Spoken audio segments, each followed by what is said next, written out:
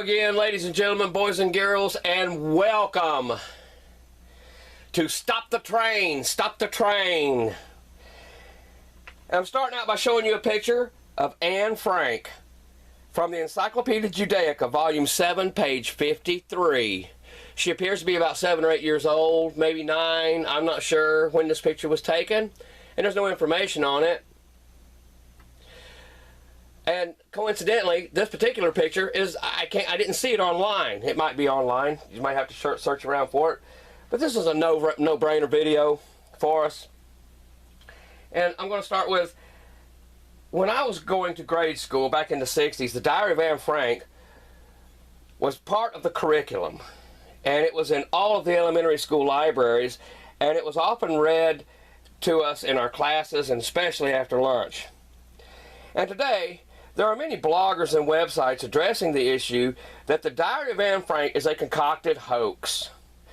The controversy spills over with so many different arguments like, oh, the ink pens didn't exist, that the ink pen that she used didn't exist, and on and on. She didn't have accurate information, and she got this wrong, she got that wrong, on and on and on.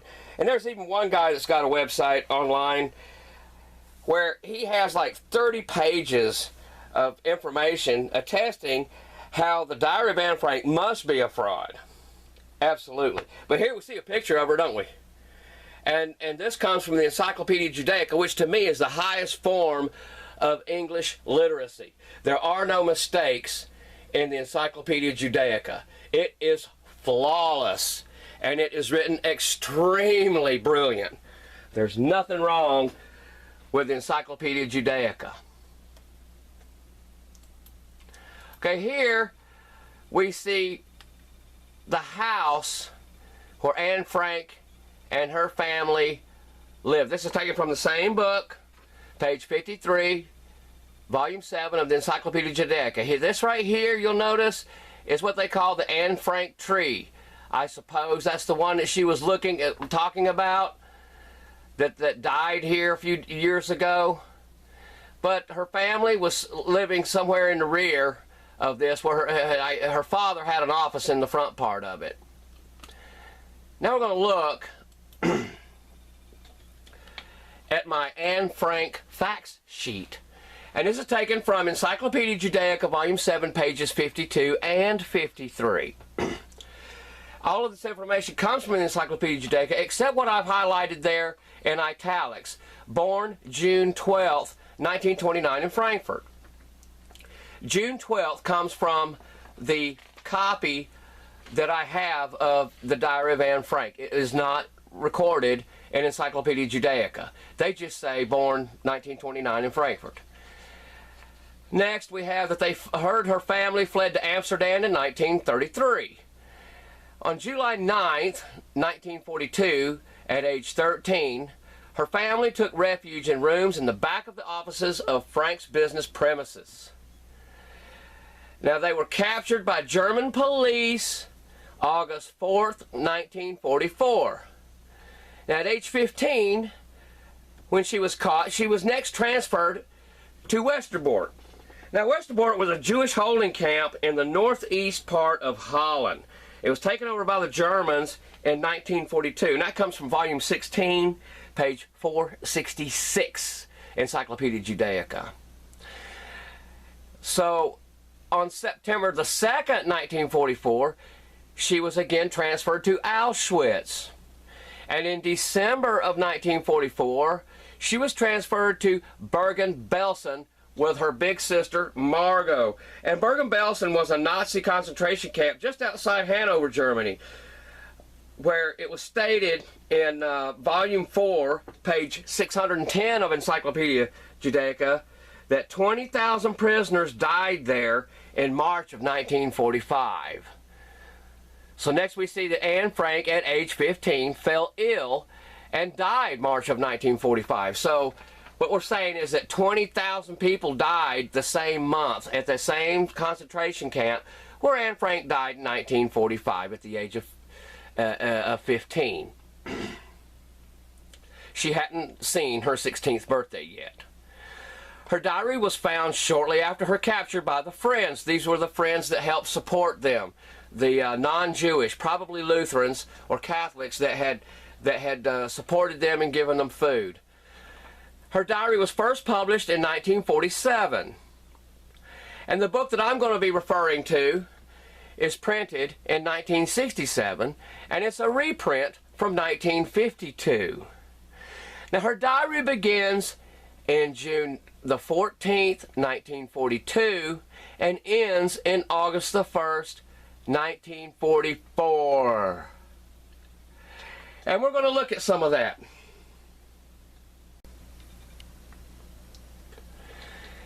Now we're going to start looking at passages in the book that I have highlighted. We're going to start on page 69 here. Monday, December 7th, 1942. Dear Kitty. Now you'll see this often in Anne Frank's diary. Kitty is the name of her diary. She calls her diary Kitty. Hanukkah, or Hanukkah, and St. Nicholas Day came almost together this year. Just one day's difference. We didn't make much fuss about Hanukkah. We just gave each other a few little presents, and then we had the candles. Because of the shortage of candles, we had them alight for 10 minutes. But it is all right as long as you have the song. Next page. This will be page 70. I'm going to skip here. The Saturday, the evening of St. Nicholas Day, was much more fun. Okay. Now we're going to jump down to right here. When that was done, Daddy opened the big cupboard. Oh, how lovely, we all cried. A large basket decorated with St. Nicholas paper stood in the corner. On top, there was a mask of black Peter.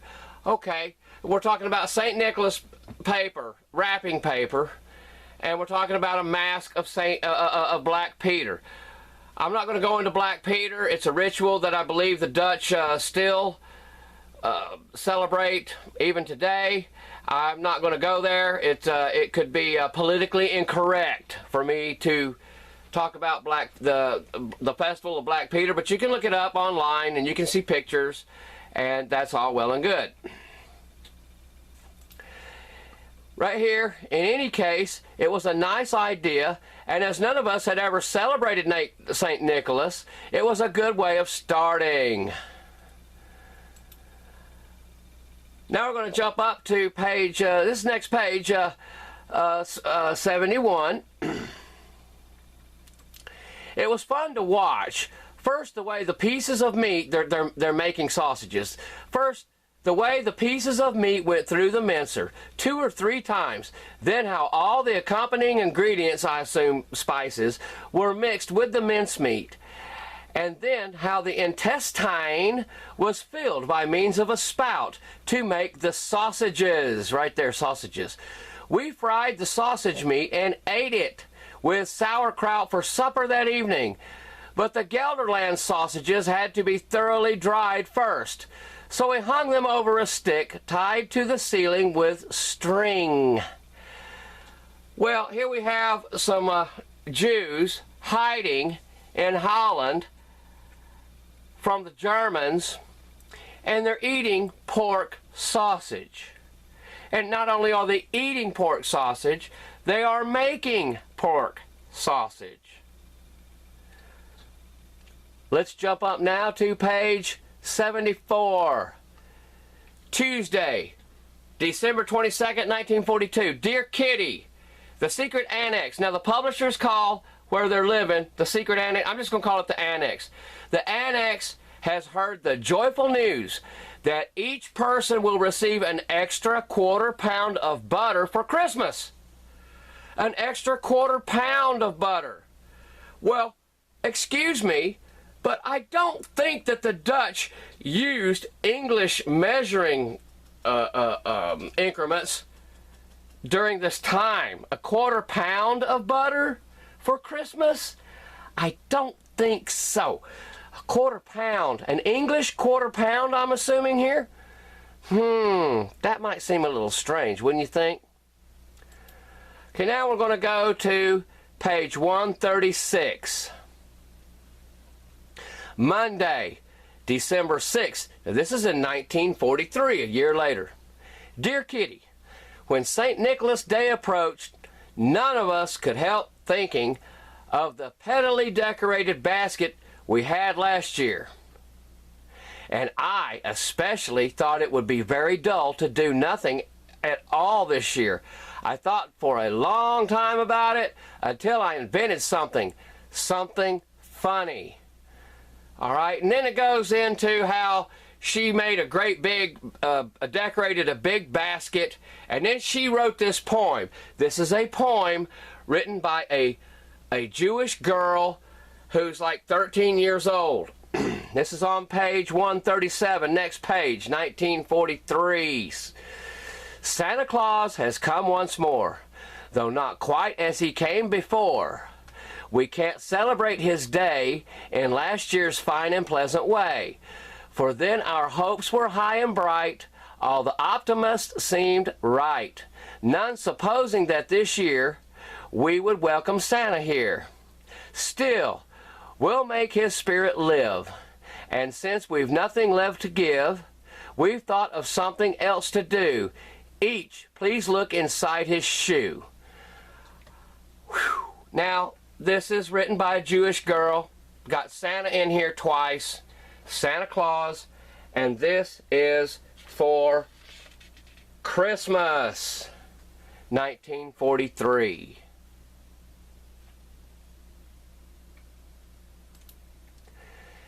Next page. We received extra oil for Christmas. Sweets and syrup. The chief present is a brooch made out of a 2.5-cent piece and shining beautifully. This is page 138. Same book, same year.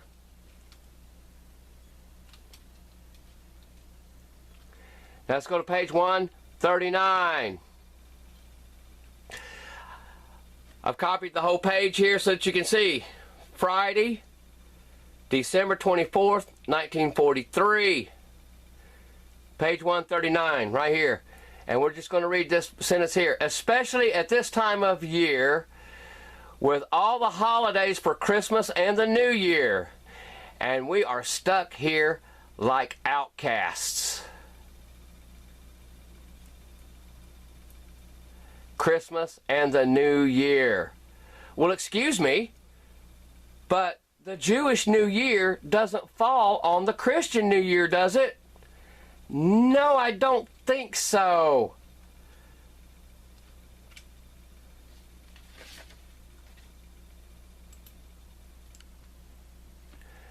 Page 141 is next. Saturday, December 25th, 1943. Dear Kitty, during these days, now that Christmas is here, I find myself thinking all the time about Pim.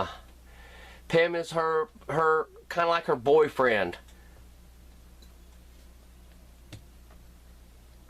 During these days, now that Christmas is here,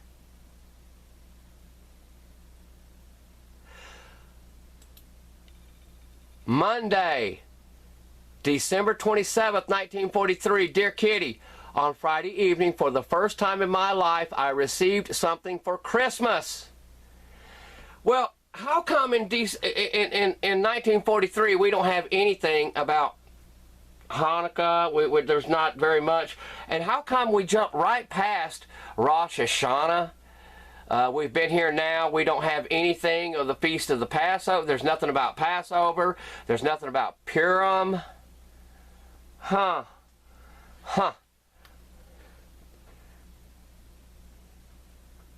Our next item comes from page 219. April the 11th, 1944.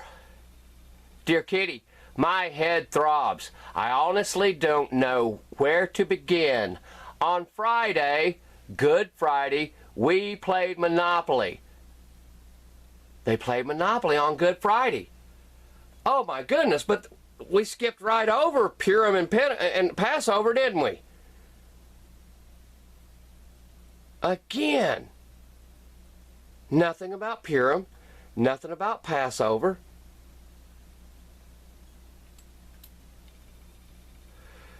All right, page 221. This is on April the 11th still.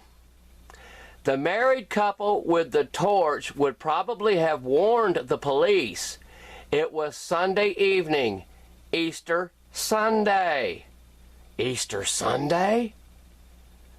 Well, excuse me, where's Passover?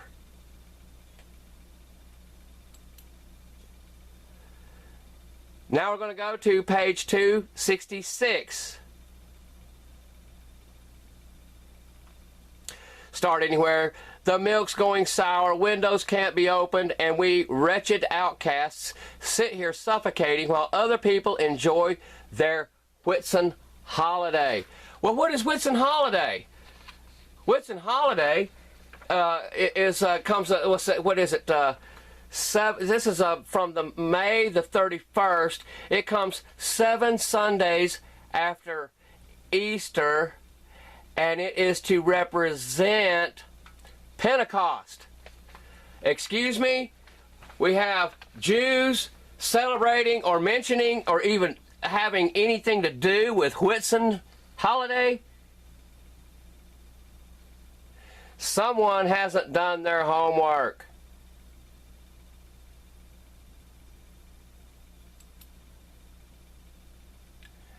Here we go again. Page 279. This is going to be July the 6th, 1944. It's talking about her friend Peter. I can't teach him that either. He has no religion. He scoffs at Jesus Christ and swears using the name of God. Scoffs at Jesus Christ? Here we have a little Jewish girl with her family stuck up in something similar to an attic. And she is what mentioning the word Jesus Christ? Although I'm not Orthodox either. Oh, that explains it. That explains it, doesn't it? Yeah. We have it now. Okay, so we've shown you some things about Anne Frank's diary that don't make a lot of sense. This is my copy of the Diary of Anne Frank, the one that I took the scans from. See it? Typical grade school issue. And we're going to read the poem again on page 137, Christmas of 1943. Santa Claus has come once more, though not quite as he came before. We can't celebrate his day in last year's fine and pleasant way. For then our hopes were high and bright, all the optimists seemed right, none supposing that this year we would welcome Santa here. Still, we'll make his spirit live, and since we've nothing left to give, we've thought of something else to do. Each please look inside his shoe, which there was a note in the shoe. Okay, now that's a poem by Anne Frank. Well, Anne Frank only knew German and most likely Dutch. I want to challenge anyone who is fluent in German and Dutch to write that poem in German or Dutch and make it rhyme and make it bounce with the syllabary and the syntax and the grammar as it does in this Anne Frank diary. Ladies and gentlemen, it cannot be done. I had only about 1.5 years of German, and no, it's not going to happen. It is not going to happen. But you can try it. Maybe you can do it. Maybe you can do it. And now, if you look online, the internet, you'll see books of Anne Frank's poems. And very unusual that they all seem to rhyme. They all seem to rhyme. Huh, okay. Well, now, let's just recap for a little bit. And I want to point out that a lot of the online bloggers and the proclaimed investigators, wannabe authors, etc., who declare that the Diary of Anne Frank is a hoax, they're shackled because they haven't read the Encyclopedia Judaica. And it gives them a big handicap. And this is my set of the Encyclopedia Judaica. All the volumes I have, 27,000 of pages. And I read them. I love these books. They're great. They're absolutely wonderful. And I refer to them a lot. And in the Diary of Anne Frank, we have several Christian holidays mentioned. Christmas, St. Nicholas Day several times, Santa Claus several times. We've got a poem to Santa Claus. Good Friday, Easter, Whitsun, don't forget Whitsun, Pentecost. And of course Hanukkah, a Jewish holiday, is mentioned twice. Well, evidently whoever wrote this book obviously had not read these, because then they would see how Judaism treats these Christian holidays. And it's a funny thing, in Anne Frank's book, there's nothing about Rosh Hashanah, which is just after the new moon in September. And that is the beginning of the Jewish New Year. Well, how come Anne Frank doesn't write about that? That's a very important holiday. And then you have Yom Kippur, which follows a week or two after that. That's another important Jewish holiday. And Anne Frank just happens to not mention anything about Purim or Passover, which are two more important Jewish holidays. Well, my question is why for sure would she leave out Passover? Because they were in hiding from the German police and the Third Reich. Doesn't make any sense.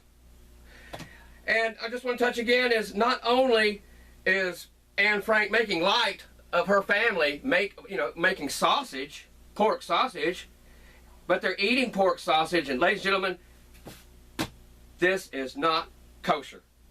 It just is not kosher. Someone hasn't done their study research. And about a year ago online, there were several images of Anne Frank online that you could see. And now there are literally hundreds of them, which I'm not going to show any of them here because that could be a violation of copyright. I'm not going to show any of them. But there were several, and there are several, of Anne Frank where she appears to be 14, 15 years old. She appears to be a young woman.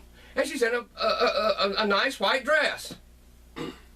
Well, there's even color pictures of Anne Frank, and all kinds of pictures of her growing up and her childhood. And I myself, I've got several photo albums loaded with my baby pictures and my growing up years. And I don't think I've got anywhere near as many that Anne Frank has. So, how did the pictures of Anne Frank in her mid-teens, how did those pictures come about? What happened? How did the photo shoot happen? All right? And I have put together my own scenario. Now, this is my hypothesis. There's no need to footnote it. There's no need to list it or speak of it as being factual or true, historical fact. This is just my hypothesis. So here's what happened. All right, Anne Frank and her family were busted when she was 15 years old,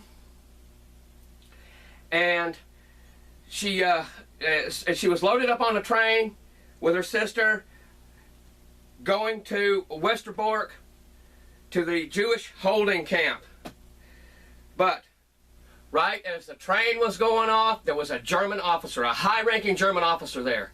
He was a remote viewer. He was a clairvoyant prophet. And he's standing there, and all of a sudden he gets an epiphany from God. He gets an epiphany, and he realizes that Anne Frank has got to be on that train. And in the epiphany, the Lord shot into his mind that Anne Frank was going to be famous, that her diary was going to become an international bestseller, and that he needs to rescue Anne Frank and get pictures of her. So what does he do? He goes out hollering the track, "Stop the train! Stop the train!" Which in German he'd be going, "Halt den Zug! Halt den Zug! Halt den Zug!" That's what he'd be doing. So the train comes to a screeching halt. He starts to search through the prison cars, these big box cars. And since he had seen Anne's visage in his vision, his epiphany. He knew who to look for. He found her. And he said, okay, you got to come with me because you can't go to the holding camp just yet. So what he did was he took her to the nearest photo studio right there in Amsterdam. He took her, he gave her a bath, cleaned her up, and he purchased her a white dress, put this dress on, took her in, they did a photo shoot. After the photo shoot, he took her white dress back, put her tattered, torn clothes back on, her dirty, grubby clothes, and puts her back on the train with her sister, and boom, then they go off to Westerbork, and then to Auschwitz, and then to the next camp. That's the only thing that I can think of. How else? Now, maybe you can come up with another scenario. I don't know. I don't know.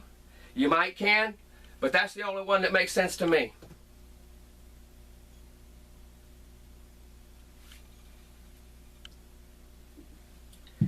In the back of the book here, there are other references that the author gives concerning books with more detail about the life of Anne Frank. And one book is referred to as interviewing over 40 people who personally knew Anne Frank, which is possible. It's possible. If we look online, we see all the pictures of Anne Frank. There must have been at least 40 photographers that knew Anne Frank. Oh, I remember that little girl. Yeah, she's a great poser. Great poser. And I'm not saying that there never was an Anne Frank. I'm just calling bogus on the book. Sometimes it takes knowledge of many subjects to put things together. Because like I say, all somebody's got to do is read these, and you can read for yourself what the Jewish faith, how the Jewish faith feels about these Christian holidays. That's all you got to do, is read it here. It's all right here. There's nothing to deny in these books. They are fantastic. I love this set of books. And I'm not denying that there ever was an Anne Frank. That's not my issue. But this book isn't a hoax. It's not a hoax at all. What it is it's a joke. It is an absolute joke. So you may ask, well, Harry, why did you put this together? Well, it was easy. And it's another paradigm crushed.